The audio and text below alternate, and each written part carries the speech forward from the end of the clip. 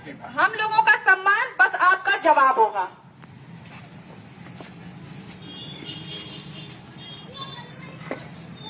उपस्थित सभी बहनों का, सज्जनों का हम स्वागत करते हैं। आपने जिस विषय पे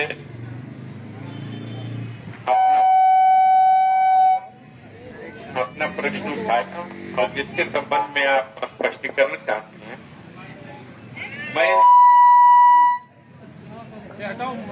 मैं इसके संबंध में बस निचोड़ ही, किसी बात विवाद का विषय न बना के निचोड़ बताना चाहता हूं कि ये वर्ष 2026 है और वर्ष 2026 में एक बिल संसद में जो 16 तारीख को अप्रैल के महीने में 16, 17, 18 के 3 दिन के विशेष अधिवेशन में प्रस्तुत किया गया, उसके संबंध में ही आप अपने प्रश्न रखें। मैं ये बताना चाहता हूं और आप सब अवगत भी होंगे कि भारत में महिला बिल 33% आरक्षण का पहले ही पास हो चुका है।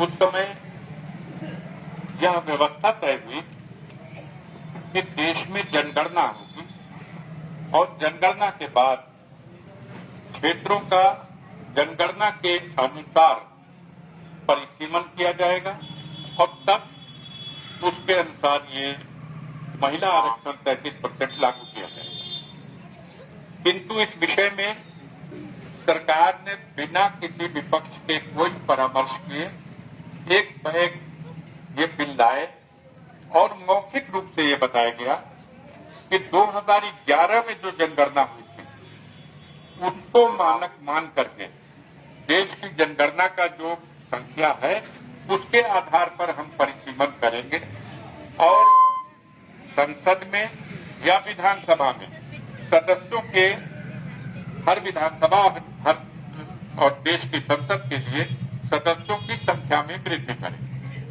अब ये सवाल विवाद का तब उत्पन्न हुआ कि पिछली जनगणना 2011 में हुई और आज 2026 है, तो 16 साल पुरानी जनगणना के आधार पर अगर हम परिसीमन का नक्शा बनाएंगे तो वो उचित नहीं होगी। हम व्यक्तिगत रूप से हमारे नेता माननीय अखिलेश यादव जी और पूरी पार्टी इस बात से सहमत है कि महिलाओं को रिजर्वेशन मिलना चाहिए और जल्द से जल्द मिलना चाहिए।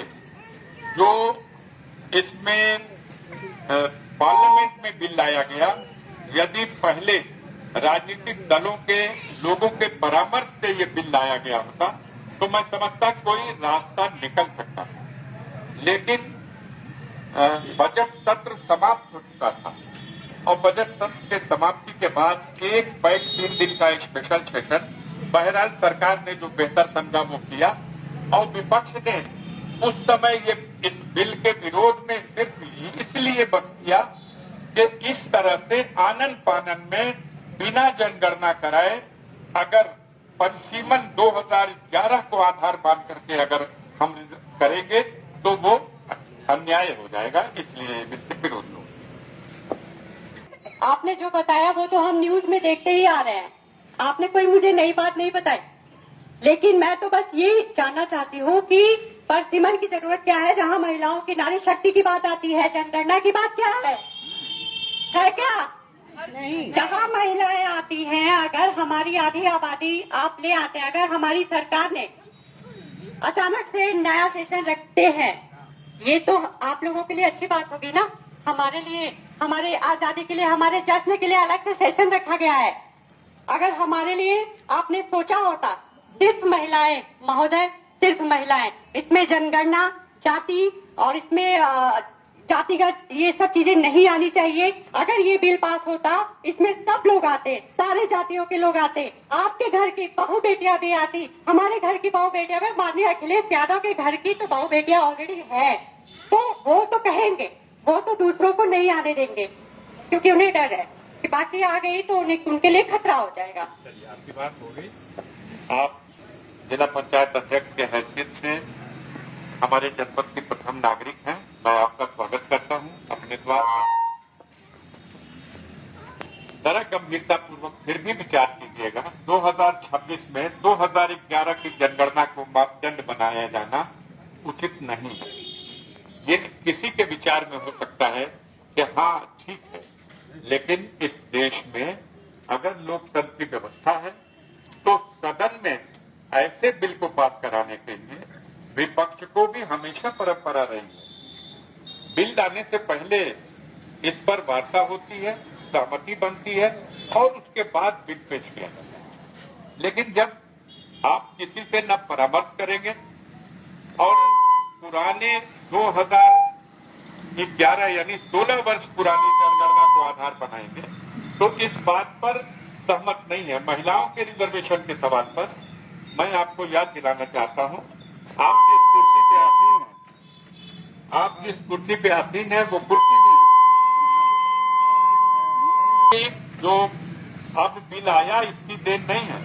ये माननीय मुलायम सिंह के शासनकाल में उत्तर प्रदेश में पहले ही से जब पंचायत राज एक्ट लागू हुआ तो उसमें महिलाओं को भी आरक्षण की व्यवस्था दी गई, पिछड़ों को आरक्षण की व्यवस्था दी गई, दलित समाज के लोगों को भी आरक्षण की व्यवस्था दी गई। माननीय मुलायम सिंह ने उत्तर प्रदेश में महिलाओं को आरक्षण देने में पूरे देश में सबसे ज्यादा अग्रिम भूमिका निभाई है। और आज भी समाजवादी पार्टी इस बात की पक्षधर है कि महिलाओं को सुनिए। एक बात और है, हम ये भी अंतिम बात कहना चाहते हैं, वाद विवाद यहाँ करने से क्या फायदा।